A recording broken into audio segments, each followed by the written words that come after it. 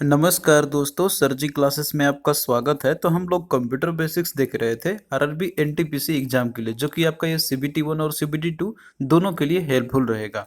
तो अभी तक जितने भी लेक्चर्स हमने कंप्यूटर के कवर किए हुए हैं, तो हमने देखिए इसका अलग से प्लेलिस्ट बनाया हुआ है। तो आप लोग डिस्क्रिप्शन बॉक्स में जाना, वहाँ पे आपको लिंक इसका मिल जाएगा। तो वहाँ जाके आप लोग सारे वीडियो को देख सकते हैं। और देखिए इसके पहले हमने इन्वायरमेंट का भी पूरा कंप्लीट लेक्चर्स हमने बना दिया है, और साथ में उसका पीडीएफ भी हमने प्रोवाइड कर दिया पूरा कंप्लीट। तो पीडीएफ का लिंक और साथ में जो प्लेलिस्ट हमने बनाया हुआ एनवायरनमेंट का, तो इन दोनों का लिंक आपको डिस्क्रिप्शन बॉक्स में मिल जाएगा। तो पीडीएफ को आप लोग बाय कर सकते हैं, और कंप्यूटर का जैसे ही पीडीएफ इसका कंप्लीट होगा, तो इसका भी हम आपको पूरा कंप्लीट प्रोवाइड कर देंगे।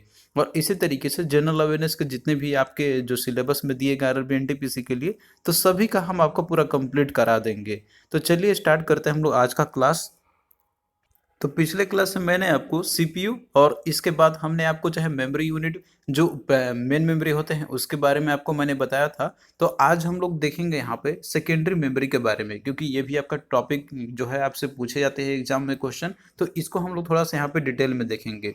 तो देखिए जो सेकेंडरी मेमोरी होते हैं, तो इसको ऑक्सिलरी मेमोरी या फिर जो है इसको हम लोग बोलते हैं हम लोग कि परमानेंट स्टोरेज डिवाइस भी बोलते हैं हम लोग। क्योंकि देखिए जो डेटा जो इनके अंदर में जो स्टोर्ड रहती है आपकी, तो वो जो है बहुत ही एक्सटेंडेड पीरियड ऑफ टाइम के लिए एक्सटोर किए जा सकते हैं।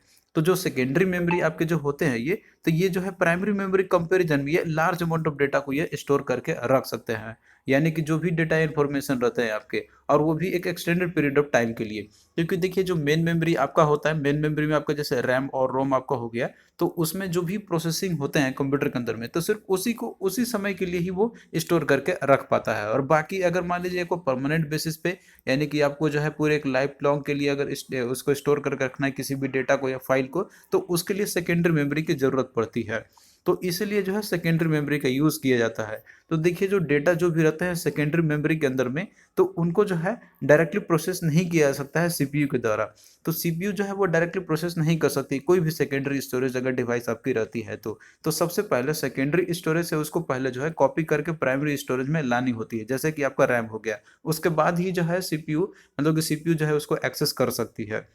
और जब भी प्रोसेसिंग होती है आपको डेटा इन्फॉर्मेशन किसी का भी, तो उस समय देखिए जो सीपीयू रहता है, तो जो भी डेटा रहते हैं सेकेंडरी स्टोरेज के अंदर में, तो पहले वो कॉपी करेगा प्राइमरी मेमोरी में, यानी कि मेन मेमोरी में जैसे आपका रैम हो गया, उसके बाद हो जाए उसे प्रोसेसिंग कर सकता है। तो ये एक प्रक्रिया होता है सीपीयू के अंदर में, यानी कि जो कंप्यूटर सिस्टम है आपका। तो इस तरीके से देखिए जो सेकेंडरी जो मेमोरी आपके होते हैं, जो डिवाइसेस यानी कि जो होते हैं, तो इसके अंदर में बहुत सारे टाइप्स के होते हैं, बहुत सारे वेराइटी के आपके होते हैं, जिसमें कि आपका कुछ मैग्नेटिक डिस्क होता है, कुछ ऑप्टिकल डिस्क होते हैं, और कुछ जो है सॉलिड स्टेट डिस्क होते हैं। तो मैग्नेटिक डिस्क में कौन कौन से आपके होते हैं, तो इसमें देखिए आपके जैसे हार्ड डिस्क ड्राइव का हो गया, फ्लॉपी डिस्क हो गया, और मेमोरी स्टिक हो गया। तो मोस्ट जो फेमस आपका इसमें that is hard disk drive आपका है, जो कि ये मोस्टली कंप्यूटर या फिर जो लैपटॉप होते हैं उन सभी में ये यूज किए जाते हैं। और वहीं ऑप्टिकल डिस्क की हम बात करते हैं, तो इसमें आपका जैसे सीडी, डीवीडी और ब्लूरे डिस्क हो गया। तो ये एग्जांपल आपके ऑप्टिकल डिस्क का है। तो ये आप लोग कैटेगरी वाइज इनको याद रखना। इसके अलावा कुछ सॉलिड स्टेट डिस्क भी आपके रहते हैं, जैसे आपका पेन ड्राइव हो गया या फिर फ्लैश ड्राइव हो गया। तो यहाँ पे हम लोग जो है एक एक करके स्टडी करते हैं सबको डिटेल में। तो पहले देखिए जो मैग्नेटिक डिस्क के अंदर में आपने जैसे हार्ड डिस्क के बारे में देखा था, तो हार्ड डिस्क देखिए ये एक मेन और usually largest amount of data store करने वाला डिवाइस होता है कंप्यूटर सिस्टम के अंदर में। अब आप लोग देखते भी होंगे कि जो कंप्यूटर आता है तो उसके अंदर में हार्ड डिस्क रहता है। तो कॉन्फ़िगरेशन आपका आता है जैसे कि 512 जीबी का हार्ड डिस्क हो गया या 1 टीबी का हार्ड डिस्क हो गया। तो इस तरह से रहते हैं हार्ड डिस्क आपके। और हार्ड डिस्क जो आपके रहते हैं ये, तो ये जो है आपका इंटरनली भी रहता है कंप्यूटर सिस्टम के अंदर में, और आप जो है इसको एक्सटर्नली भी कनेक्ट आप कर सकते हैं। एक्सटर्नल भी आजकल हार्ड डिस्क आते हैं, तो दोनों तरीके से यूज़ किए जा सकते हैं। और वैसे भी इनबिल्ट रहता है कंप्यूटर सिस्टम के अंदर में, प्रोवाइड किया जाता है हार्ड डिस्क आपका साथ में। तो ये जो है आपका usually largest amount of data को स्टोर कर सकता है कंप्यूटर के अंदर में। और देखिए इसमें जो भी डेटा जो स्टोर किए जाते हैं या फिर जो रिट्रीव किए जाते हैं डेटा यहाँ पे, तो इसके अंदर में रोटेटिंग डिस्क लगे रहते हैं, जिसे हम लोग प्लेटर्स हम लोग बोलते हैं। और इसके ऊपर में मैग्नेटिक मटेरियल से कोटिंग किया हुआ रहता है। तो इसीलिए जो है आपका ये मैग्नेटिक डिस्क कैटेगरी के अंदर में आता है। तो यहाँ पे आप देख सकते हैं जो हार्ड डिस्क आपके रहते हैं, ये ट्रैक्स और सेक्टर्स में आपके ये बटे हुए रहते हैं यहाँ पे। और वहीं देखिए ऑप्टिकल डिस्क की हम बात करते हैं तो ये भी आपका एक स्टोरेज मीडिया है, जो कि जो डेटा जो रहते हैं इसके अंदर में, आप कंटेंट जो रहते हैं तो वो जो है डिजिटल फॉर्मेट में, ये डिजिटल फॉर्मेट में ये स्टोर करके रखती है। और इसको जो है रीड करने के लिए लेजर असेंबली का यूज़ किए जाते हैं, यानी कि लेजर का इसमें यूज़ किया जाता है रीड करने के लिए, इसीलिए जो है इसे ऑप्टिकल मीडिया कंसिडर किया जाता है। और देखिए जो मोस्ट कॉमनली टाइप ऑफ जो ऑप्टिकल मीडिया आपके जो रहते हैं, यानी कि ऑप्टिकल डिस्क जो रहते हैं आपके इसमें, जैसे आपका सीडी हो गया, इसका फुल फॉर्म भी आप लोग याद रखना, इसका फुल फॉर्म होता है कॉम्पैक्ट डिस्क। दूसरा आपका डीवीडी है, जिसका फुल फॉर्म होता है डिजिटल वर्सेटाइल डिस्क। और तीसरा आपका होता है ब्लू रे डिस्क आपका हो गया। तो यहाँ पे देखिए जो कॉम्पैक्ट डिस्क आपका रहता है, तो इसके भी देखिए बहुत सारे वैरायटी या टाइप्स इसके आते हैं, जो भी रहते हैं आपका यहाँ पे सीडी या डीवीडी हो गए। तो इसमें देखिए सीडी जो आपके रहते हैं, तो कुछ सीडी रोम आपके रहते हैं, और कुछ आपका जैसे सीडी आर रहता है, यानी कि सीडी जिसमें कि एक बार आप लोग राइट कर सकते हैं, और उसके बाद एक आपका रहता है सीडी रीड राइटेबल, यानी कि एक बार आप उसे बार बार आप उसमें से इरेज कर सकते हैं डेटा को।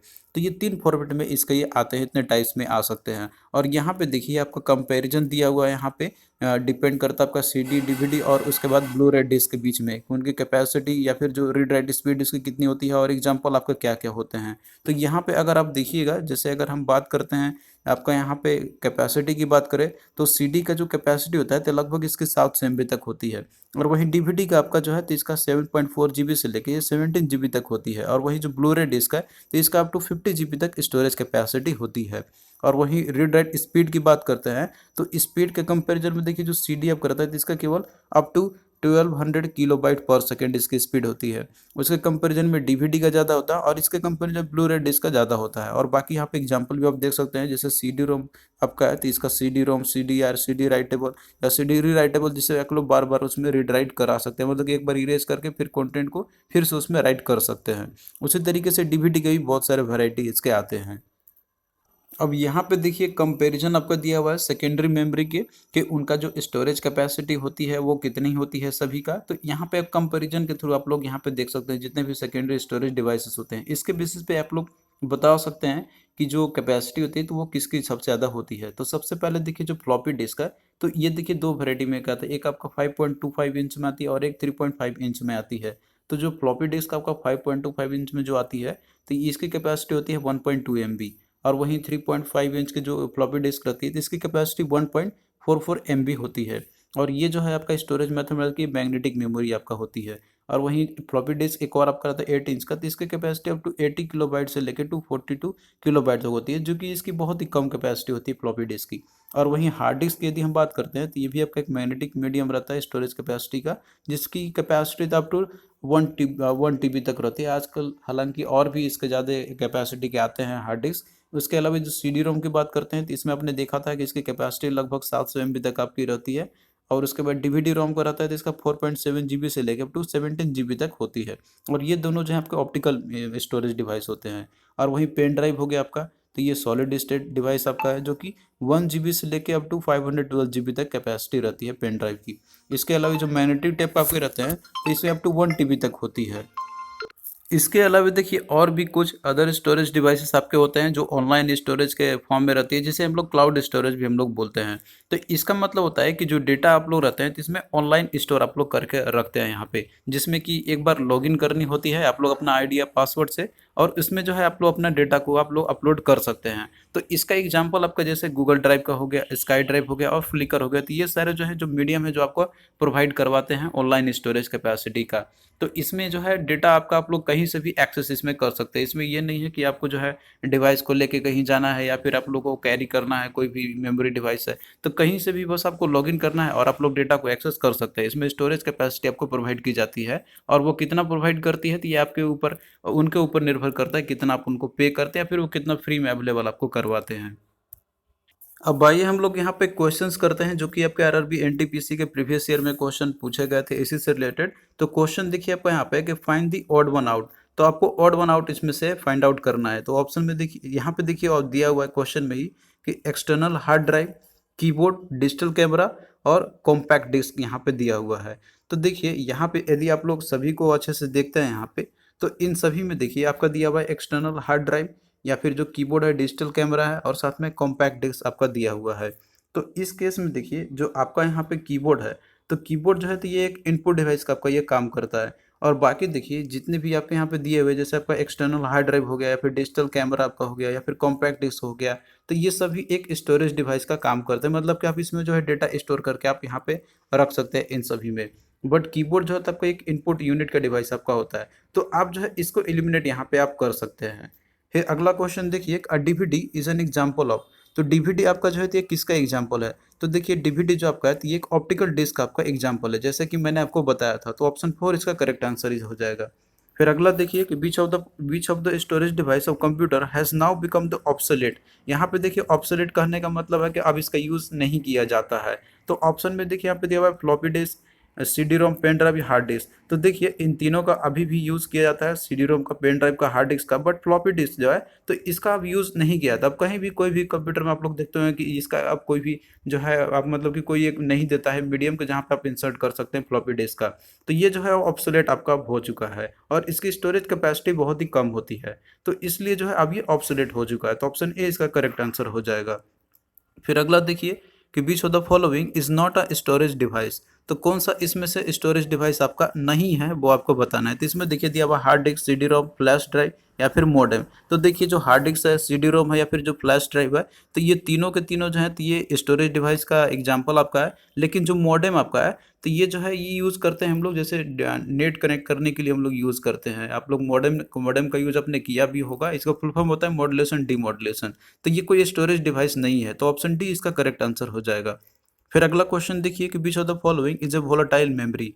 तो वोलेटाइल मेमोरी का एग्जांपल इनमें से कौन सा है? तो आपको मैंने बताया था कि जो वोलेटाइल मेमोरी होता है तो एक बार अगर मान लीजिए पावर ऑफ हो जाती है तो इसके जो कंटेंट रहते हैं तो वो इरेज हो जाती है, यानी कि ये जो है फॉरगेट हो जाती है। तो इस केस में आपका जैसे एग्जांपल में दिया हुआ है कैश मेमोरी, हार्ड डिस्क दिया हुआ है, डीवीडी और CD दिया हुआ है। तो जो कैश मेमोरी आपका है तो ये एक वोलेटाइल मेमोरी का आपका एग्जांपल है। तो ऑप्शन ए इसका करेक्ट आंसर हो जाएगा। और बाकी जो हार्ड डिस्क, CD या डीवीडी जो है तो इसके अंदर में जो डेटा आप लोग स्टोर करके रखते हैं तो ये इरेज नहीं होता है पावर ऑफ करने के बाद।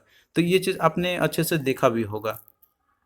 अब आइए हम लोग यहाँ पे देखते हैं मेमोरी मेजरमेंट के बारे में। क्योंकि देखिए जो भी स्टोरेज डिवाइस जो आपके होते हैं तो उन सभी में जो है डेटा जो आपका यू स्टोर जो किए जाते हैं तो उसको हम लोग मेजर करते हैं, कुछ ना कुछ यूनिट में ही उसको हम लोग मेजर करते हैं। तो यहाँ पे जितने भी डिवाइसेस आपके होते हैं जैसे रैम रोम, फ्लॉपी डिस्क या फिर हार्ड डिस्क हो गया, तो जो डेटा रहती है इनके अंदर में तो उसे हम लोग कोई ना कोई यूनिट से मेजर करते ही हैं हम लोग। तो कंप्यूटर टर्मिनोलॉजी के अंदर में जो है हम लोग इसे बहुत सारे चीज़ से हम लोग इसको बोलते हैं। जैसे आपका नीबल हो गया, बीट हो गया, बाइट हो गया, किलोबाइट, मेगाबाइट हो गया या गीगाबाइट हो गया, तो और भी बहुत सारे आपके होते हैं। तो इस तरीके से हम लोग मेजर करते हैं मेमोरी यूनिट को। तो यहाँ पे जो यूनिट आपके जो यूज़ किए जाते हैं इसमें, तो सबसे जो स्मॉलेस्ट यूनिट होती है आपका तो वो है दैट इज बीट है आपका यहाँ पे।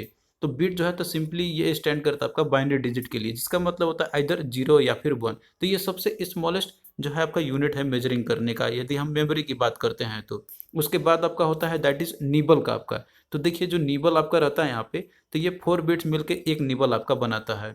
तो इस तरीके से अगर मान लीजिए कि आपका अगर 2 निबल अगर दिया रहेगा तो आपका 4 बिट्स हो जाएगा इस तरीके से। और बाइट इसके बाद आपका आता है जिसमें कि बाइट अप्रोक्सीमेटली आपका होता है दैट इज 1 कैरेक्टर, यानी कि लेटर कोई मान लीजिए कोई नंबर या फिर कोई एक सिंबल आपका हो गया।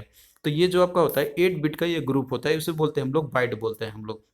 तो अगर आपका एक बाइट है तो वो आपका 8 बिट होगा। और वहीं पे निबल कंपैरिजन में वो 2 निबल आपका हो जाएगा, क्योंकि एक निबल आपका होता है दैट इज 4 बिट्स के बराबर। तो आई होप कि ये चीज़ आप लोग समझ गए होंगे। इसके बाद आपका होता है किलो बाइट का।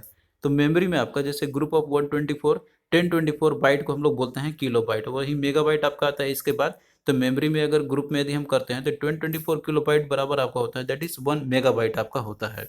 फिर इसके बाद आपका होता है जीगा बाइट होती है। तो इसमें देखिए 1024 मेगाबाइट्स आपका होता है 1 GB। इसके बाद इस तरीके से आपका जो है मेमोरी यूनिट आगे बढ़ते हैं। तो उसके बाद फिर टेराबाइट आपका आता है। इसके अलावा और भी मेमोरी यूनिट आपके इंक्रीज होते आते हैं। तो यहाँ पे यूनिट जो कंपैरिजन की जाती है आपका जैसे मेजरमेंट करने के लिए, तो सबसे स्मॉलेस्ट आपका रहेगा दैट इज बीट। इसके बाद आपका रहेगा बाइट आपका हो जाएगा यहाँ पे, जो कि आप यहाँ पे देख सकते हैं मेमोरी यूनिट किस तरीके से आपके होते हैं। तो 8 बिट बराबर आपका 1 बाइट होगा, और यानी कि 2 निबल के बराबर होगा। वही 2024 बाइट की बात करते हैं तो ये आपका 1 KB के बराबर होगा, यानी कि 1 किलो बाइट के बराबर आपका होगा। तो इस तरीके से आपका मेमोरी यूनिट इंक्रीज आपका करते जाती है। तो यहाँ पे आप देख सकते हैं कि जो आपका सबसे बड़ा जो यूनिट होता है तो वो आपका होगा दैट इज जियो बाइट होगा। और सबसे स्मॉलेस्ट जो यूनिट होती है मेमोरी मेजरमेंट करने की तो वो आपका बीट होगा। और बड़ा आपका कौन सा होगा दैट इज जियो बाइट आपका हो जाएगा। तो आई होप कि ये चीज़ आप लोग अब समझ गए होंगे यहाँ पे।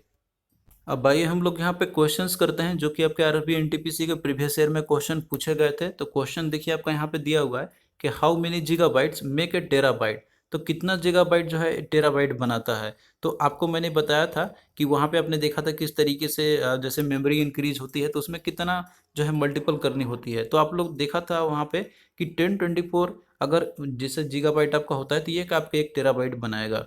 तो इस तरीके से ऑप्शन 4 आपका करेक्ट आंसर हो जाएगा और इसी के मल्टीपल में आपका और भी इंक्रीमेंट होते जाती है। तो ये चीज़ आप लोग आसानी से बता सकते हैं इसको। फिर अगला देखिए कि which among the following is the lowest computer storage size. तो लोवेस्ट स्टोरेज साइज इनमें से कौन सा आपका है। तो जैसे दिया हुआ इसमें आपका गीगाबाइट, पेटाबाइट, टेराबाइट और मेगाबाइट। तो ये आपको ऑप्शन पे डिपेंड करेगा। तो इसमें देखिए जो मेगाबाइट आपका है तो ये सबसे स्मॉलेस्ट रहेगा आपका कंप्यूटर स्टोरेज साइज के यदि हम कंपेरिजन करें तो। फिर इसके बाद आपका आता है गीगाबाइट, फिर टेराबाइट, फिर पेटाबाइट आपका आएगा। तो आप लोग इसको अरेंज भी कर सकते हैं, डिपेंड करता है ऑप्शन में आपका क्या दिया हुआ है। तो ऑप्शन 4 इस तरीके से आपका करेक्ट आंसर होगा इसका। फिर अगला देखिए क्वेश्चन इसमें है कि which of the following is true. तो कौन सा इसमें से सही है आपका वो आपको बताना है। तो देखिए यहाँ पे दिया हुआ है 1 GB is equal to 1024 megabyte आपका दिया हुआ है। तो देखिए 1 GB इज इक्वल टू होता है 1024 मेगाबाइट के बराबर होती है। तो ये जो है आपका ये सही दिया हुआ है। तो ऑप्शन ए जो है आपका ये करेक्ट यहीं पे हो जाएगा। और बाकी जो दिया आपको यहाँ पे कि 1 GB इज इक्वल टू इतना किलोबाइट दिया हुआ तो ये आपको रॉन्ग दिया हुआ है। उसी तरीके से 1 गीगाबाइट जो आपका दिया हुआ था दैट इज 10,000 मेगाबाइट दिया होती है, ये भी रॉन्ग आपका है। ये भी आपको रॉन्ग दिया हुआ है। तो करेक्ट कॉन्फ़िगरेशन आपको याद रखने होंगे। तो इस तरीके से ऑप्शन ए आपका करेक्ट है यहाँ पे। अब आइए हम लोग इसके अलावा और भी इंपॉर्टेंट क्वेश्चन देख लेते हैं कंप्यूटर से रिलेटेड जो कि आपका इन्हीं टॉपिक से रिलेटेड है।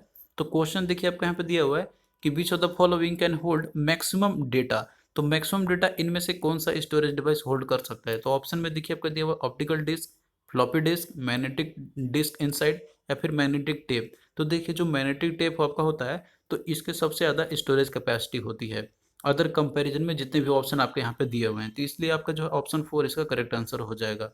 फिर अगला देखिए कि the primary device that the computer uses to store information is. तो प्राइमरी डिवाइस वो कौन सा होता है जो कंप्यूटर जो है स्टोर करने के लिए इन्फॉर्मेशन को स्टोर करने के लिए यूज़ करता है। तो देखिए ऑप्शन में दिया हुआ है टीवी, डेस्क या स्टोरेज स्टोर हाउस या फिर हार्ड ड्राइव।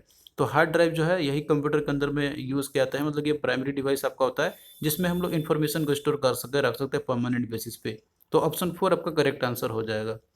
फिर अगला देखिए कि the highest unit of information computer का understand and process is known as. तो इसमें से हाईएस्ट यूनिट ऑफ इंफॉर्मेशन कौन सा है मेमोरी कंपैरिजन के बेसिस पे। यहाँ पे आपका देखिए दिया हुआ है इसमें जैसे आपका एक्साबाइट है, योटाबाइट है, जियोबाइट है और जेटाबाइट है। तो आपने देखा था कि जो जियोबाइट आपका होता है तो ये सबसे हाईएस्ट स्टोरेज यूनिट होती है। तो ऑप्शन 3 इसका करेक्ट आंसर हो जाएगा। फिर अगला देखिए कि unit of storage capacity is. तो स्टोरेज कैपेसिटी की यूनिट क्या होती है। तो आपने देखा था कि जो यूनिट जो होती है स्टोरेज कैपेसिटी की तो उसमें आपका जैसे बीट, बाइट या निबल ये सारे होते हैं। तो इसमें देखिए बीट आपका दिया हुआ है। तो इस तरीके से ऑप्शन 3 आपका करेक्ट आंसर हो जाएगा इसका।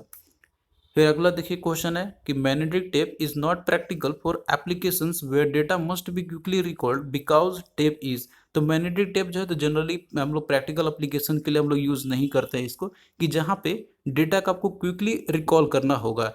अब देखिए मैग्नेटिक टेप जो आपका रहता है तो ये इसकी एक डिसएडवांटेज होती है कि ये सीक्वेंशियली एक्सेस होती है, यानी कि इसको आप लोग रैंडमली एक्सेस नहीं कर सकते इसमें जो भी डेटा या कंटेंट रहते हैं। तो इस कारण से जो है अगर क्विकली मान लीजिए किसी डेटा को रिकॉल करना होगा तो इस पे आप नहीं कर सकते हैं मैग्नेटिक टेप में। तो यही इसकी सबसे बड़ी डिसएडवांटेज है क्योंकि ये जो है एक सीक्वेंशियल एक्सेस मेमोरी का एग्जांपल आपका है। तो दैट इज ऑप्शन 2 आपका करेक्ट आंसर हो जाएगा कि ये जो है आपका असीक्वेंशियल एक्सेस मीडियम है। तो इस तरीके से जो है ये क्विकली आप रिकॉल नहीं कर सकते हैं इसके डेटा के ऊपर में। तो इसीलिए इसको प्रैक्टिकली हम लोग नहीं कर सकते हैं वहाँ पे एप्लीकेशन में कि जहाँ पे क्विकली अगर आपको रिकॉल करनी होगी डेटा का। तो आई होप कि ये सारी चीज़ आप लोग अब समझ गए होंगे अच्छे से। तो थैंक यू दोस्तों, आपको कैसा लगा ये लेक्चर आप लोग कमेंट करके ज़रूर बताना और अपने फ्रेंड्स के अमंग भी इसको शेयर करना ताकि हमें भी मोटिवेशन मिलता रहेगा और हम आपके लिए जो है इसी तरीके से आगे भी लेक्चर्स बनाते रहेंगे कंप्यूटर का और बाकी और भी जो जनरल अवेयरनेस के जितने भी टॉपिक आपके दिए गए हुए हैं आरआरबी एनटीपीसी एग्जाम के लिए। और हमने आपको जो है ऑलरेडी पीडीएफ प्रोवाइड कर दिया है इन्वायरमेंट का और लेक्चर्स भी इसका पूरा कंप्लीट करा दिया और जैसे ही कंप्यूटर का भी पूरा कंप्लीट पीडीएफ हो जाएगा तो हम भी आपको इसका प्रोवाइड कर देंगे। तो चलिए दोस्तों फिर मिलते हैं नेक्स्ट वीडियो में, तब तक के लिए बाय।